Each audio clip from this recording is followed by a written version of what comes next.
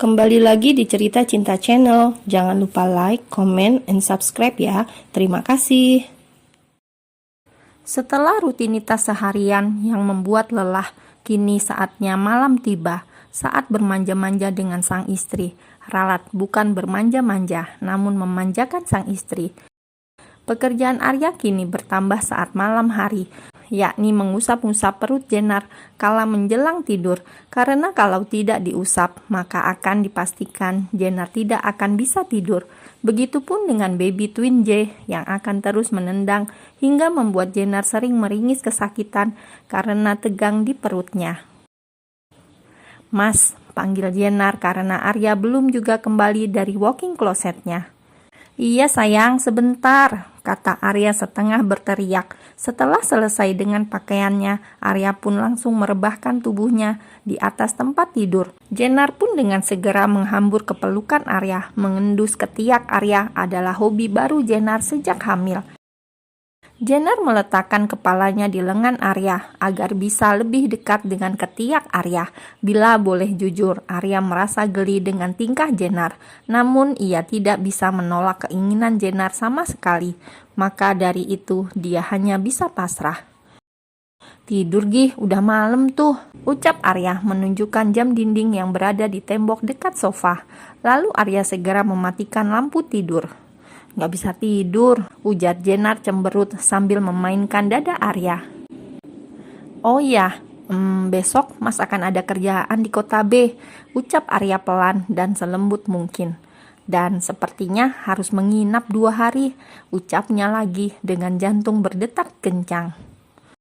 1 menit kemudian, 2 menit kemudian, 3 menit kemudian, 5 menit kemudian. Lama Jenar terdiam, namun akhirnya Jenar terisak di ketiak Arya sambil memukul-mukul dada Arya.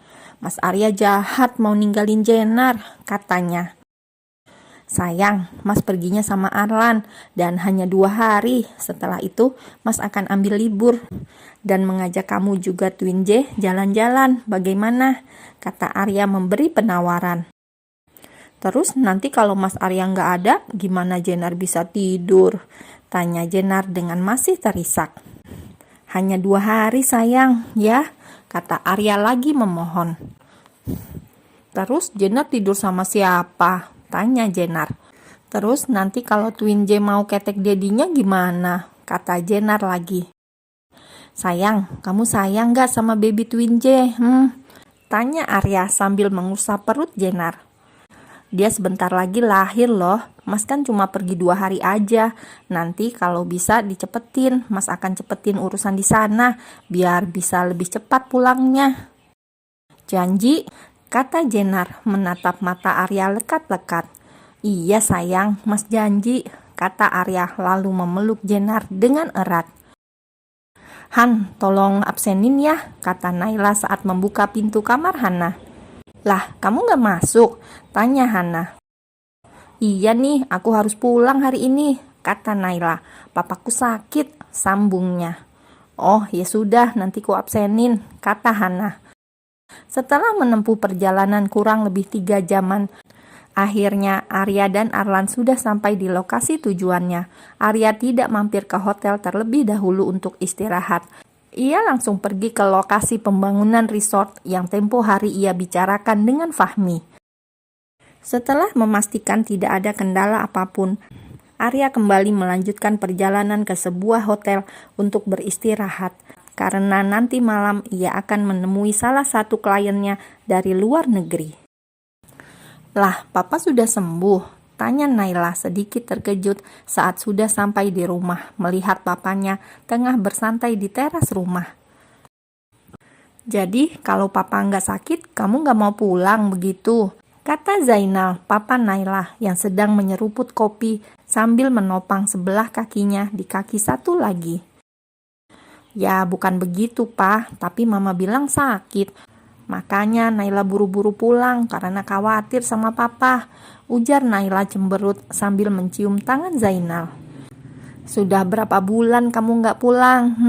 Emang nggak kangen sama Papa?" tanya Zainal langsung menarik Naila untuk duduk di pangkuannya.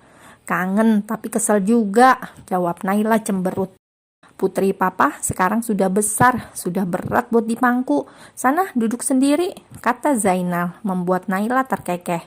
Naila adalah anak tunggal, makanya Zainal sangat memanjakan Naila sedari kecil. Lagian papa yang mangku naik kok, kata Naila. Kamu istirahat Gih, nanti malam papa akan mengajak kamu makan malam di luar. Sudah lama kita nggak keluar bertiga kan, kata Zainal. Ya udah, naik ke dalam dulu ya Pah. Pamit Naila lalu masuk ke dalam rumah.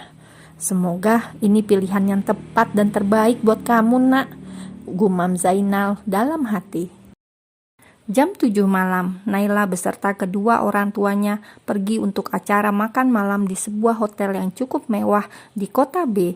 Sebenarnya Naila ada sedikit curiga kala sang mama menyuruhnya memakai gaun baru dan berdandan serapi mungkin.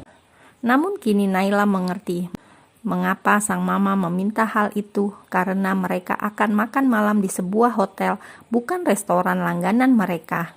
Mah, Naila ke toilet dulu ya, ujar Naila beranjak dari duduknya. Jangan lama-lama ya, teman mama sebentar lagi datang, kata Ratna. Teman mama? Tanya Naila sedikit bingung. Namun Ratna hanya mengangguk saja, karena Naila sudah kebelet. Akhirnya ia tidak memperdulikan ucapan Ratna. Setelah selesai, Naila pun segera kembali ke meja di mana orang tuanya berada. Namun tiba-tiba sepatu yang dikenakan Naila oleng hingga membuatnya terjatuh dan tanpa sengaja ia menarik sebuah jas seseorang yang tengah melewatinya hingga membuat mereka terjatuh. Bruk, Naila terjatuh dan tertindih oleh tubuh kekar seorang pria yang tanpa sengaja ia tarik jasnya. Au, keluh Naila lalu ia membuka matanya. Dek. Mata Naila bertemu dengan mata seorang pria yang sukses membuat jantungnya berdegup kencang.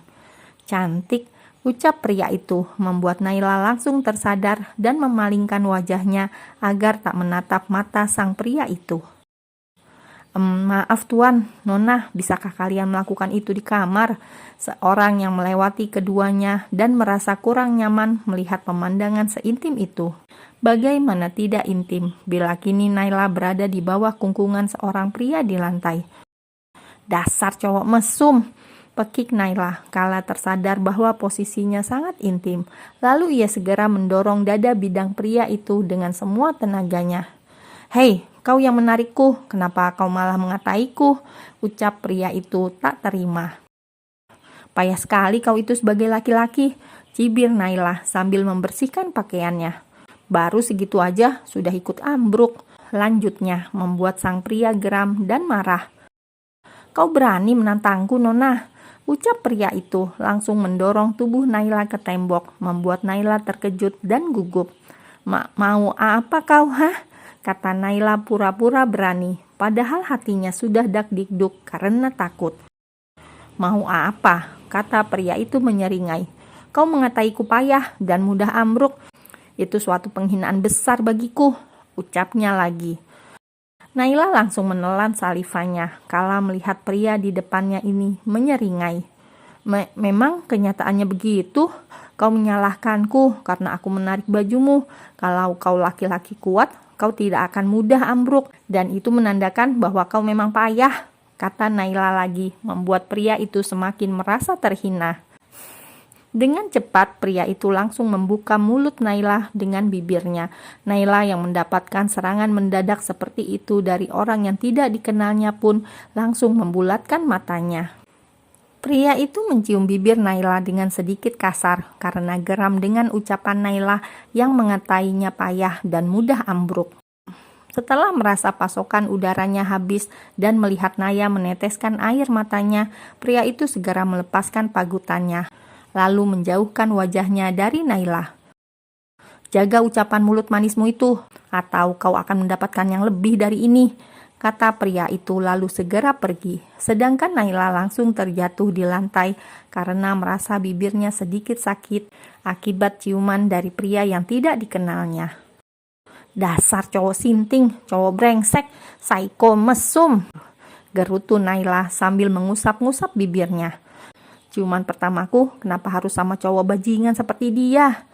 Ucapnya lagi, lalu segera menghapus air matanya dan kembali menuju meja orang tuanya. Maaf lama, kata Naila mendudukkan dirinya di kursi yang tadi ia duduki. Ini anak kamu, Jeng? Tanya Yeon, istri dari teman Zainal. Iya, Jeng, ini Naila yang sering kuceritakan, jawab Ratna. Sayang, kenalin, ini Bibi Yeon dan itu Paman Adinata, serta Chen putra mereka. Naila, Paman, Bibi, kata Naila sopan. Lalu matanya kembali membulat saat baru sadar bahwa di sampingnya adalah pria yang tadi telah mencuri ciuman pertamanya. Kau, ucap Naila dan Chen bersamaan. Jadi, kalian sudah saling kenal? Tanya Ratna antusias, namun Naila maupun Chen malah saling membuang muka. Jadi kami berencana untuk menjodohkan kalian berdua, kata Adinata. What? Pekik Naila dan Chen langsung berdiri bersamaan. Gak mau, kata Naila. Tidak mau, kata Chen bersamaan. Lalu mereka saling menatap tajam satu sama lain.